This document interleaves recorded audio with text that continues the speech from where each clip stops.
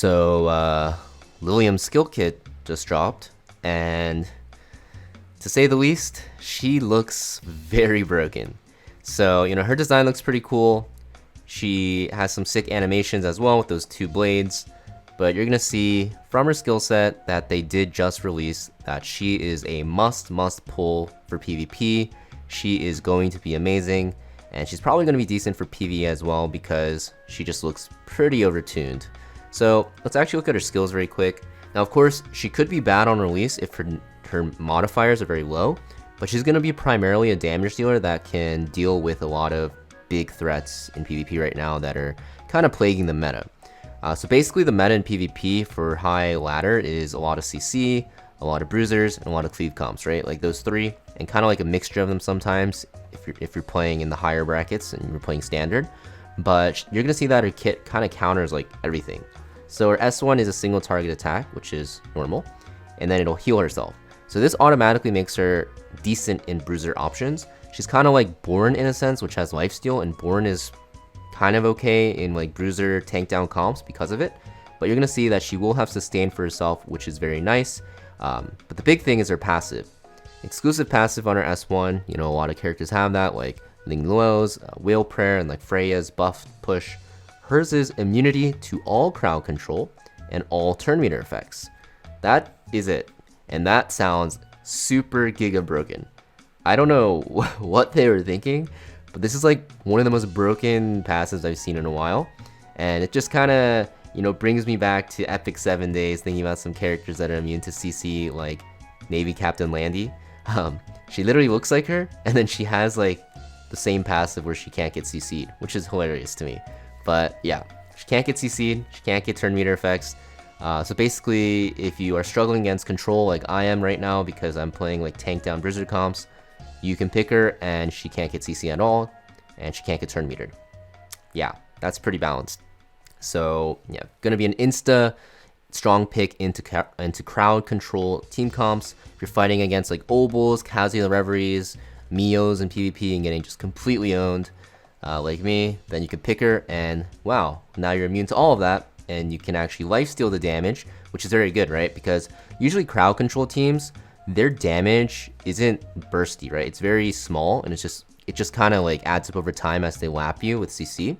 But she has lifesteal in her S1, and she's immune to everything, like all CC and turn meters. So she's gonna just destroy crowd control. Then we have her S2. So it's a single target attack. Looks like she's using Revelation, so maybe Revelation will be good on her. We'll have to see. But you're gonna see this damage. Okay, text goes super fast. The damage increases based on the target's missing health, so it's an execute. And there's like a certain threshold, I believe. If the target's health falls below it, it's gonna guarantee stunned. And I think this means that it'll go through effect resist, but I don't know if it'll go through bulwark and immunity. But it says guaranteed. I assume it doesn't go through bulwark and immunity because that would be super broken. But you're gonna see that it is guaranteed the stun through effect resist, I'm pretty sure. And you'll also see if the attack kills the target, all enemies get stunned. So basically, you can use her against control, but you can use her with control. Think about it, right? Your team CCing, doing decent damage, and then Liliam goes and then one-shot something and then CCs everything again. Sounds pretty OP to me. But it looks like she's going to be a good character against and with control right now, which is very interesting. Sounds like a broken character to me already, but we're not even at her ultimate skill, her S3. So her S3 gives herself attack and speed buff, which is two of the best buffs in the game for damage dealers, surprise, surprise. But you're also going to see that it has another effect. It is going to be a single target attack, but if the target's HP is above a certain threshold, you'll do extra damage. This will ignore shields. So if you're fighting Fushus, if you're fighting, artisan shields, which are super annoying, just anything with the shield in general, this ignores shields completely, which is crazy. And it also reduces the target's max health. Wow. So she's good against control. She's good with control. She's good as a bruiser because she has lifesteal built into her S1. And because she's immune to control, that's bruiser team's biggest weakness. She's automatically good in bruiser again. And now she's good against bruiser and tank down comps by reducing their max health. And then also she's gonna be good in cleave. Like if you think about it, right? With her S2, you know how it stuns if you kill an enemy? It like stuns their entire team. You just have her go after your main rev damage dealer and you just one-shot something and everything gets stunned and you win. Usually like against cleave when you're playing tank down, like one of your characters dies, you still have a good chance to win if your 3 other characters can stay alive and take like their turn. But she'll prevent that. So it looks like she's good in every single team comp. That is very strange. I think her only weakness is going to be against cleave, but you can just pick characters around her to support her against cleave and she'll be fine. Especially because she's immune to turn meter and control. There's going to be ways you can make her viable against cleave as well. So yeah, Liliam is going to be, in my opinion, probably one of the best, if not the best PvP unit in the game after this, because she just looks insane. I'm not surprised. Her name has Lily in it, so bound to be broken. But this character is nuts, and she's going to counter the current meta, and just looks like to be a very, very strong character. Now, just to like emphasize how strong she'll be, let's actually look at Pride Wins PvP tier list. This tier list is okay. It's not always up to date, but let's just look at, you know, the top tier characters. I think these like tier 0 and tier 0.5 and tier 1, these characters you'll see a lot in PvP. So let's actually look at it.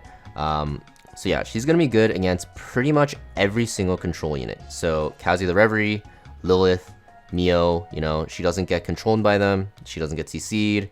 And she has lifesteal, so she can actually deal with their chip damage, which is crazy. She'll be good against Obel as well. I don't think he's 0.5. I think he's literally like probably one of the best characters in the game for PvP. Yeah, she'll be good against Fushu, who is down here because she can go through her shields. She is going to be good against, you know, Sonya, Linglo stall comps because she can actually reduce Sonya's max HP to lessen her healing and also lessen the characters that benefit from her S3 buff. And she also will be able to, you know, do a ton of damage to them. She'll also be very good against things such as like Tiamat, because actually she'll hard counter Tiamat because she reduces Tiamat's max health, which will reduce her damage.